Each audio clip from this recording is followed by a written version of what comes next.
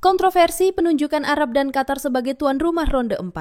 Apakah ini murni keputusan teknis atau ada skenario tersembunyi demi meloloskan mereka ke Piala Dunia?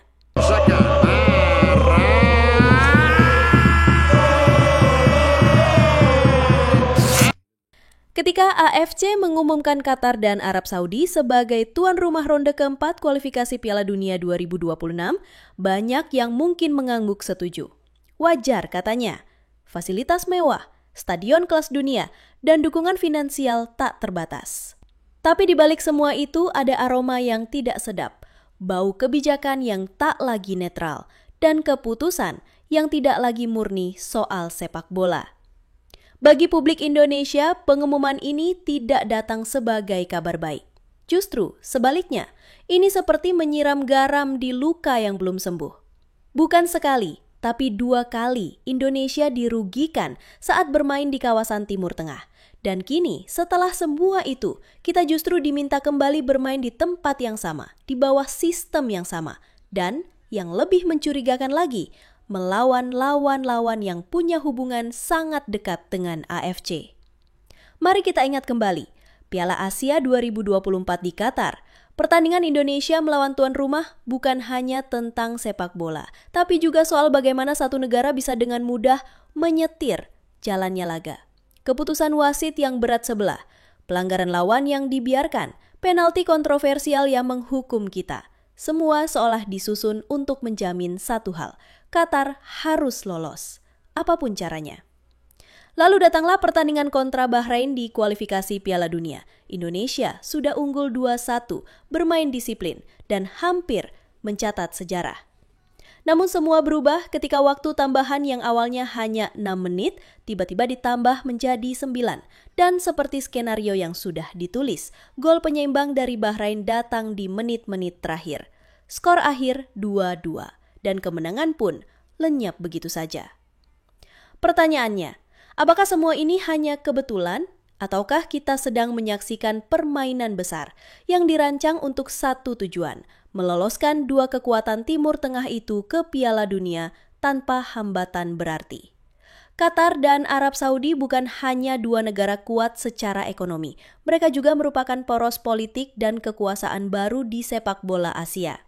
Koneksi mereka dengan AFC terlalu kuat untuk diabaikan. Dan ketika 2 negara yang begitu dekat dengan pusat kekuasaan juga diberikan hak sebagai tuan rumah pada fase krusial seperti ini, maka wajar jika muncul kecurigaan. Apakah AFC sedang berpihak? Sepak bola seharusnya tentang kejujuran, tentang perjuangan dari bawah, tentang mimpi negara-negara kecil untuk bersaing di panggung yang adil. Tapi jika panggung itu sendiri sudah dimiringkan,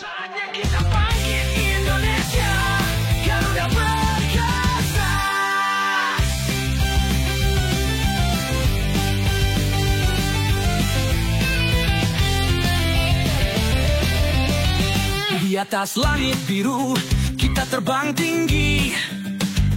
Garuda berkibar penuh semangat hidup ini. Kita tak pernah mundur, tak kenal lelah. Indonesia, tanah yang penuh. Namun ternyata Indonesia tidak sendiri.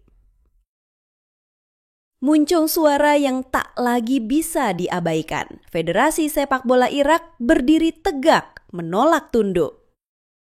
Mereka melihat apa yang kita lihat, mereka mencium aroma permainan yang tidak sehat, dan mereka menolak menjadi pion dalam panggung yang sudah diatur.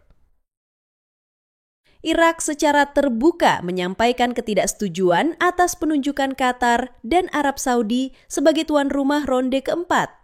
Mereka menilai proses ini tidak transparan, tidak melibatkan semua federasi secara adil, dan yang lebih parah, penunjukan ini membuka ruang yang sangat besar untuk konflik kepentingan.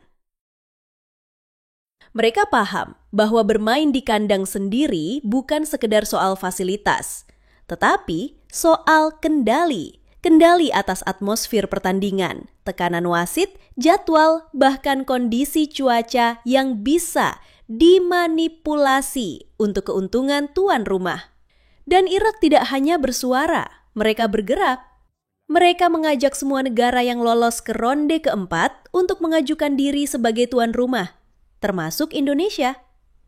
Bukan demi prestise, tapi demi keadilan, demi menjaga marwah kompetisi yang seharusnya berdiri di atas prinsip fair play. Ajakan itu bukan basa-basi. Irak tahu siapa lawan sesungguhnya. Bukan hanya Qatar atau Arab Saudi, tapi sistem yang dengan halus telah diarahkan untuk membuat dua negara itu melenggang mulus ke panggung Piala Dunia. Sebuah sistem yang penuh intrik, di mana kekuatan ekonomi dan politik punya pengaruh lebih besar daripada taktik dan kerja keras di lapangan.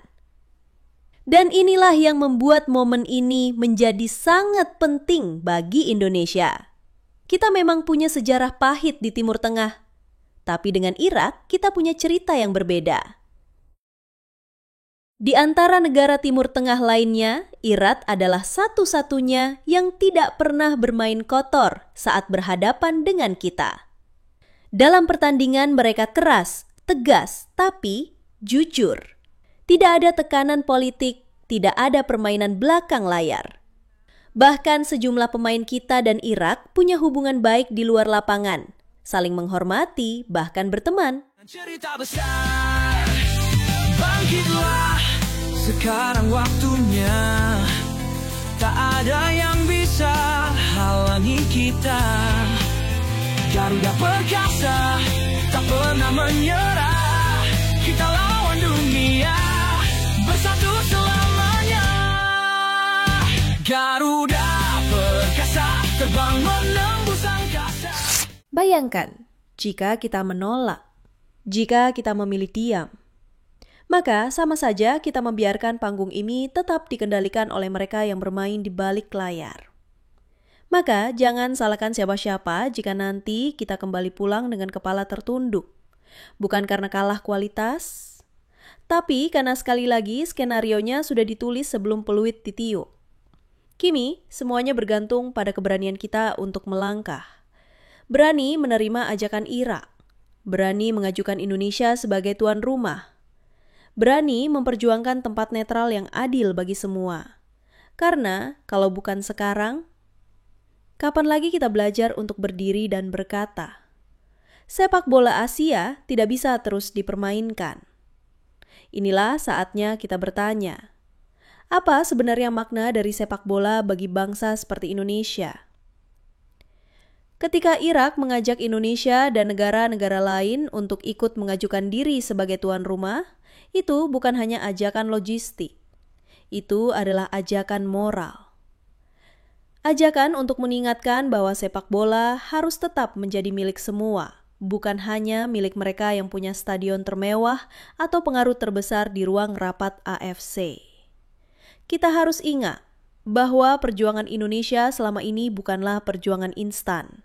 Dari era kelam pengaturan skor, dari stadion kosong, hingga sekarang kita menyaksikan GBK penuh sesak dengan lautan merah putih. Itu semua adalah hasil dari keringat, air mata, dan harapan rakyat. Maka sangat menyakitkan bila mimpi yang dibangun bersama itu kembali dihancurkan oleh sistem yang tidak adil. Karena itulah, menolak diam adalah satu-satunya pilihan waras yang tersisa. Kita tidak boleh terus-menerus hanya menjadi penonton dari keputusan-keputusan AFC yang seringkali terasa janggal. Kita tidak bisa terus menjadi korban sambil berharap keadilan turun dari langit. Keberanian untuk berdiri, meski mungkin sendirian, jauh lebih mulia daripada menerima ketidakadilan dengan tunduk dan diam. Dan jika Indonesia mengajukan diri sebagai tuan rumah ronde 4 bersama Irak, itu bukan sekedar strategi teknis.